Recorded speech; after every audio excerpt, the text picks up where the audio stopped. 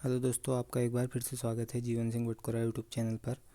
हम बात कर रहे थे उत्तराखंड टेट के जो मैथ्स पेपर 1 के आंसर हैं उनके डिटेल सॉल्यूशन के बारे में।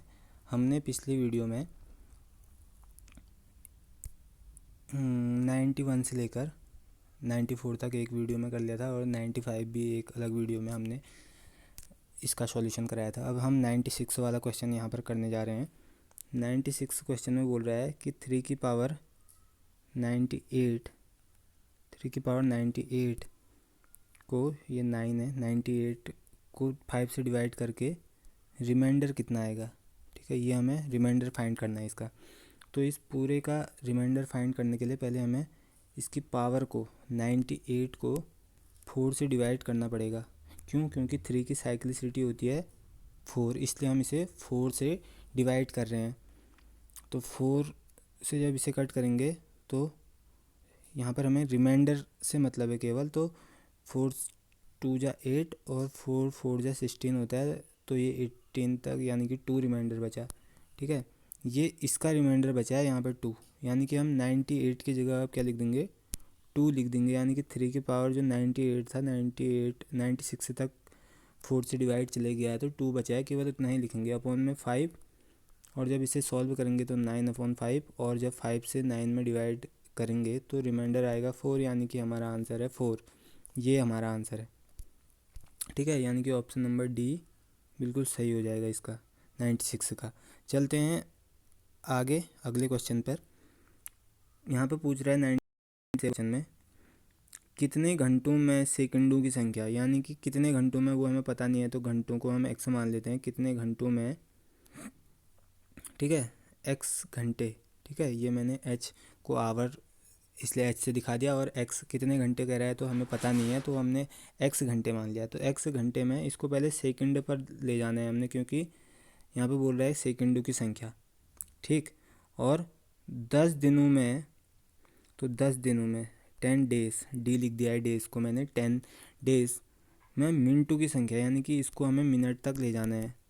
ठीक, के बराबर होगी, यानी कि इसको इसके बराबर रख देना है। पहले इसको मिनट में बदलो और इसको सेकंड में बदलो, दोनों को बराबर रख दो, और वहाँ से फिर एक्स की वैल्यू निकाल लेंगे।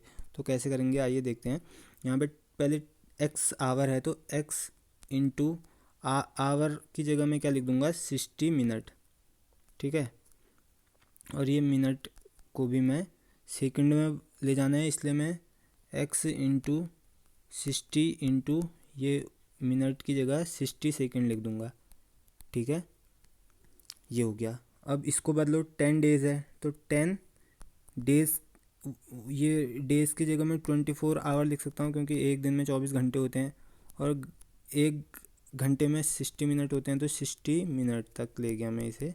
ये मिनट तक ही ले जाना था, इसलिए इसको मिनट तक ही लाया। यहाँ तो सेकंड तक बोला था, इसलिए सेकंड तक लेके आया इसको। तो अब इस वाले को मैं इसके इक्वल रख दूँगा, एक्स इंटू 60 को इसके इक्वल रखूँगा और एक्स की वैल्यू निकालूंगा। तो ध्यान रखना, जब इसको इसके इक्वल रख दूँगा, यहीं पर ही कर रहा हूँ मैं, 60 से 60 कट हो जाएगा, और ये 0 से ये वाला 0 कट हो गया, और 6 से ये 24 कट जाएगा 4 बार, तो 4 बचा यहाँ पे। तो x की वैल्यू कितनी आई, 4 आई। तो x इक्वल टू आ गया 4, यानी कि 4 घंटे यहाँ पर हमारा आंसर होगा, यानी कि ऑप्शन नंबर सॉरी ये 97 वाला था, ऑप्शन नंबर सी, ये 4 घंटे इसका सही आंसर है। ठीक है, ऑप्शन नंबर सी। तो 97 का ये हो गया। बढ़ते हैं 98 पर। 98 वाले क्वेश्चन में बोल रहा है कि यदि ये दिया गया है हमें, तो हमें क्या करना है, find the value of x and y. X और वाई दोनों की ही वैल्यू हमें फाइंड करनी है। ठीक है, तो यहाँ पर देखिए, एक्स यहाँ पर है, यहाँ पर है, और वाई यहाँ पर है, और यहाँ भी वाई 2 बार आया हुआ है, नीचे भी। तो टोटल 3 बार वाई आया है, 2 बार एक्स आया है। यहाँ पर हम ऑप्शन के द्वारा भी इसे कर सकते हैं। आप चाहें तो एक्स की जगह 9 रखें। ध्यान रखना, आप जो एक्स की वैल्यू यहाँ पर रखेंगे वही एक्स की वैल्यू यहाँ पर भी रखनी पड़ेगी आपको। और अगर वाई आपने यहाँ से 3 सेलेक्ट कराया, तो वाई 3 यहाँ पर सब जगह सेम टू सेम आना चाहिए। तो ये पहले इसे लिख लेते हैं हम, एक्स की जगह मैं अभी स्पेस छोड़ दे रहा हूँ, 7 6 ये हो गया। माइनस करना है, एक्स की जगह फिर से स्पेस छोड़ा 6, वाई की जगह भी स्पेस छोड़ा 9। अब देखिए मैं यहाँ पे ये माइनस का साइन है। अब जब इसको माइनस करेंगे तो मैं ऑप्शन नंबर सी लेता हूँ यहाँ से। देखिए आप, बाय ऑप्शन कर रहा हूँ मैं, इसे ऑप्शन के द्वारा कर रहा हूँ। तो एक्स की जगह 5 और वाई की जगह 8 रखिए। एक्स देखिए कहाँ कहाँ पर है, यहाँ पर था और यहाँ पर था, दो जगह पे एक्स था, तो मैं एक्स की जगह 5 रख देता हूँ क्योंकि ऑप्शन नंबर सी में एक्स इक्वल टू 5 दिया हुआ है। तो मैंने यहाँ पर 5 रखा और यहाँ पर भी 5 रखा। और देखिए वाई यहाँ पर है, यहाँ पर वाई की जगह मैं 8 रखूँगा क्योंकि मैंने ऑप्शन नंबर सी सिलेक्ट कर रखा है। तो 8 रखता हूँ मैं यहाँ पर। जैसे ही मैं 8 रखूँगा, देखिए अब इससे इसको माइनस करेंगे, क्यों? क्योंकि यहाँ पर माइनस दिया हुआ था, तो इसमें से इसको माइनस करेंगे तो माइनस होगा नहीं, यहाँ से एक कैरी लेंगे तो ये 16 हो जाएगा और ये 7 आ जाएगा यहाँ पे। अब ये बच गया 6, फिर से कैरी लेंगे तो 16 हो जाएगा, फिर बचेगा 8 क्योंकि ये 16 हो जाएगा और 16 में से 8 माइनस करेंगे तो 8 आएगा, ठीक है। और यहाँ पर देखिए अब ये बच गया 4, 4 से ये माइनस नहीं होता तो यहाँ पे हो गया 14, और 14 से ये जब माइनस करेंगे तो ये फिर से 8 आ जाएगा और ये हो जाएगा 8, और 8 में से 5 कर रहा तो 3, यानी कि ये देखिए यहाँ पर 3yy7 आ रहा था, तो 3yy7, ये 8 8 y की जगह 8 8 आ रहा है, यानी कि y की जगह यहाँ पे भी 8 और यहाँ पे भी 8। तो जो हमने ऑप्शन के द्वारा y की जगह 8 भरा था वो सभी तीनों एक जैसे होने चाहिए थे, ठीक है। और यहाँ पर हैं भी, यानी कि यहाँ पे भी 8 आ रहा है, यहाँ पे भी 8 आ रहा है, यहाँ पे भी 8 आ रहा है, बिल्कुल सही, ऐसा ही होना चाहिए था, ठीक है, क्योंकि यहाँ भी तीनों जगह पे y same to same value ही रखी जाएगी। तो ये हमने ऑप्शन के द्वारा किया, आप इसे बिना ऑप्शन के भी कर सकते हैं। खैर अभी बढ़ते हैं अगले क्वेश्चन की ओर। तो 98 का क्वेश्चन, 98 जो क्वेश्चन है उसका ऑप्शन नंबर सी बिल्कुल सही होता है। हम बढ़ते हैं आगे। तो देखिए 99 क्वेश्चन पर आते हैं। 99 वाला क्वेश्चन जो बोल रहा है वो बोल रहा है 7 + 2√6, इसका वर्गमूल निकालना था। तो इसे आप ऑप्शन के द्वारा भी कर सकते थे, वो आपको आसान पड़ता। तो देखिए आप जैसे ऑप्शन नंबर अगर ए को लेते हैं यहाँ पर, तो वो उसमें लिखा हुआ है √6 + 1। अगर आप इसका स्क्वायर कर दें, ठीक है, इसका स्क्वायर कर दें तो आपको ये मिल जाएगा। ध्यान से देखिए, इसका स्क्वायर कर रहा हूँ मैं, तो √6 का स्क्वायर करेंगे तो 6 आएगा, और a+b का होल स्क्वायर वाला फॉर्मूला लगा रहा हूँ यहाँ पे, तो 1 का स्क्वायर करेंगे तो 1 ही आएगा, प्लस 2ab होता है, तो 2 a की जगह है √6, b की जगह 1 है, तो ऐसे ही रहेगा। तो 6 + 1 + 2√6, और जब इसे सॉल्व कर देंगे, सॉरी ये 1 था, तो 7 + 2√6, ये देखिए यहाँ पर वही आ रहा है जो कि यहाँ पर दिया गया है, यानी कि जब इसका वर्गमूल करेंगे तो ये आएगा, ठीक है। ऐसे भी आप ऑप्शन के द्वारा चेक कर सकते थे। तो 99 जो क्वेश्चन है उसका ऑप्शन नंबर ए बिल्कुल सही बैठता है। तो चलते हैं 100th क्वेश्चन की ओर।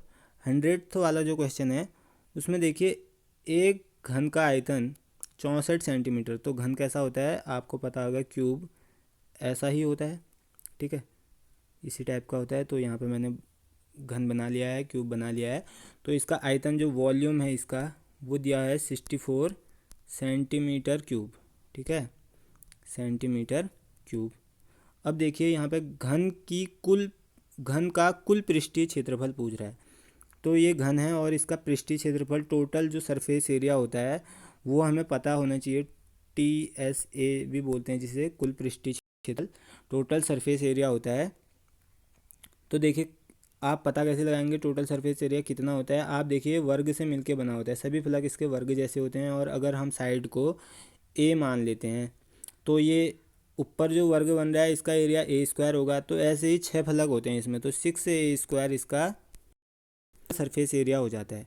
तो 6a² ये निकालना है हमें, इसका पृष्ठीय क्षेत्रफल कितना होगा ये निकालना है। तो इसके लिए हमें a पता होना चाहिए, और a कैसे पता चलेगा, a हमें पता चलेगा यहाँ से, वॉल्यूम से, क्योंकि वॉल्यूम इसका होता है a³, ठीक है, और a³ इक्वल टू दिया है 64, वॉल्यूम 64 दिया है, यानी कि वॉल्यूम वैसे फार्मूला तो ये होता है a³, लेकिन 64 दिया है तो 64 के इक्वल रखेंगे।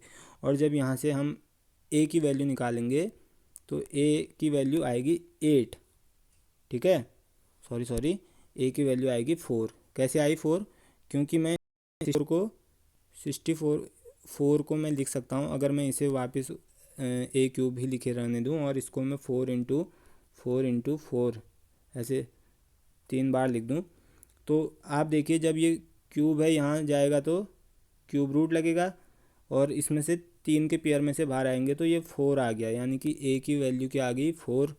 तो ए की वैल्यू जो 4 आई हुई है उसे यहाँ पे पुट करेंगे। अब देखिए यहाँ पर नीचे पे आ जाइए 6a² पे, तो 6a² यानी कि 4 का स्क्वायर और 6 इंटू 4 का स्क्वायर होता है 16, और ये इसको जब इंटू करोगे तो 96 आएगा, ठीक है 96। तो ये हो गया इसका टोटल सरफेस एरिया, और इसका अगर यूनिट देखी जाए तो सेंटीमीटर स्क्वायर में आएगा, लेकिन यहाँ पे 96 सेंटीमीटर स्क्वायर ऐसा ऑप्शन आपको ढूंढना पड़ेगा। तो ये ऑप्शन नंबर डी बिल्कुल सही बैठ रहा है इसका, ठीक है। तो 100th क्वेश्चन का आंसर हो गया ऑप्शन नंबर डी।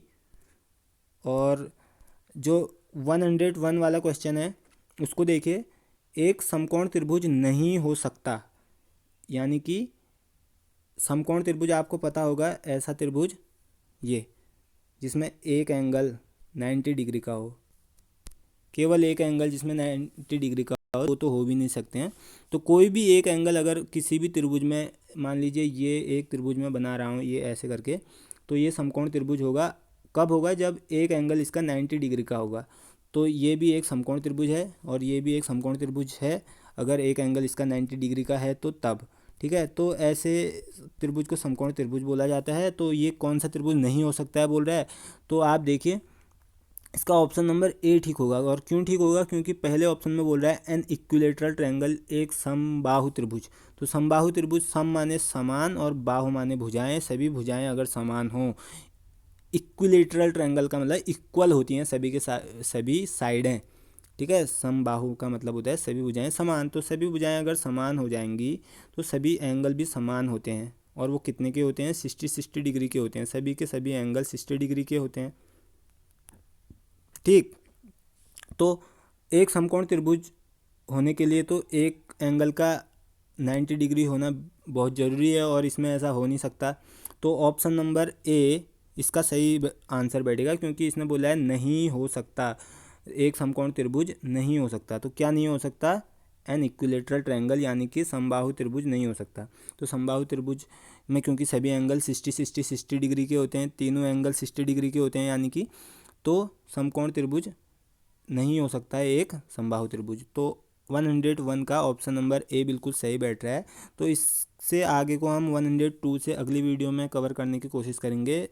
तब तक के लिए आप बने रहिए हमारे साथ। अगर आपको इससे पिछली वीडियो देखनी है तो आप लिंक मिल जाएगा आपको डिस्क्रिप्शन में, या आप वीडियो उसमें जाकर भी देख सकते हैं। तो बने रहिए हमारे साथ। अगर आपको ये वीडियो पसंद आ रही है तो आप अपने सुझाव हमें कमेंट में दे सकते हैं। अभी के लिए इतना ही, धन्यवाद।